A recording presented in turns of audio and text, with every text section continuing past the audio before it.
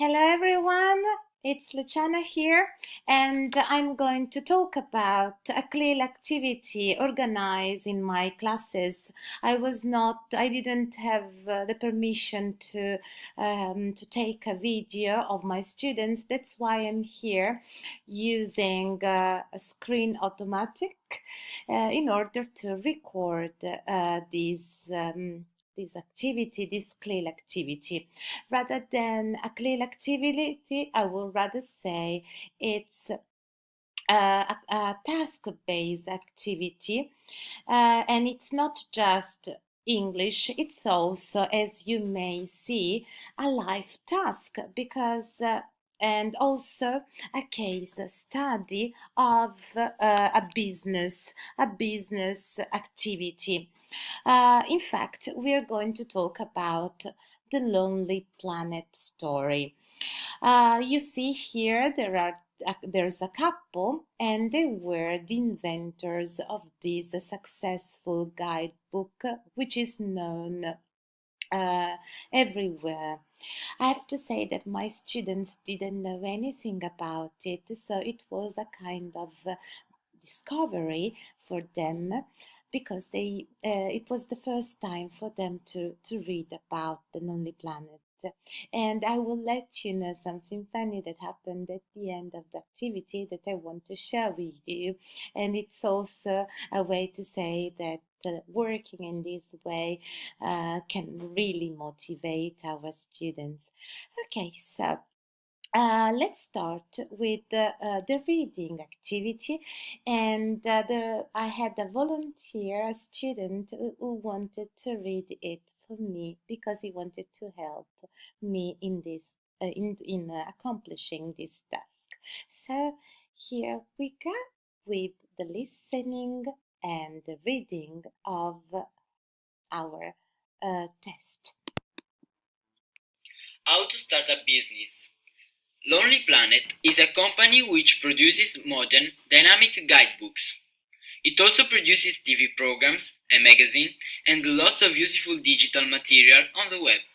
In 2010, there were 500 Lonely Planet books in 8 languages, with annual sales of more than 5 million guidebooks. The start of this global company was unusual. Maureen and Tony Wheeler were the two creators of Lonely Planet. Their first meeting was in Regent's Park in London in 1970. Maureen was just 20. A year later, they were married. The idea of the perfect honeymoon was to travel across Europe and Asia all the way to Australia. The only problem was not having any money. But Maureen and Tony's 9-month trip was a success. When they arrived in Australia, their friends asked how it was possible to make such a long trip with no money. Their answers were the basis of their first guidebook, Across Asia on the Cheap. The first version of the book, with its simple yellow cover, was the product of long nights writing at their kitchen table. But after just 1 week, they were able to sell 1,500 books. It was the only guidebook in the world written by adventurous young travelers for adventurous young travelers. And it was the first guidebook written for people traveling on the cheap, without spending much money. Lonely Planet was born thanks to Maureen and Tony's enterprise. 2 years later, there was another book by the Wheelers, and then another and another. Maureen and Tony eventually sold Lonely Planet for over £500,000. Today, there are over 200 Lonely Planet authors, and there are Lonely Planet offices in Auckland and Franklin in the USA, Gurgaon in India, London, Melbourne, and Beijing. The company continues to produce great guidebooks, and the Wheelers have more time to do what they enjoy: travel. And this is the reading, and it's nice to hear him reading this activity for me. Okay, so after reading this text, I ask, as I told you before, my students to go and check the guide section, and they were amazed because it was the first time for them to hear about this business. The next activity, as you can see from the textbook right here, I will show you, it's here, was a video about two students who were going to present their own idea, a new product. And I'm going to show you the video because it's nice, and it was also a model for my students because there was obviously, as you can see here, a task, so they had to answer some questions, they had to circle two alternatives, but then while listening to this presentation, they could use it as a model for their own one, which was at the last stage of our activity. Okay, so I'm going to show you the video then.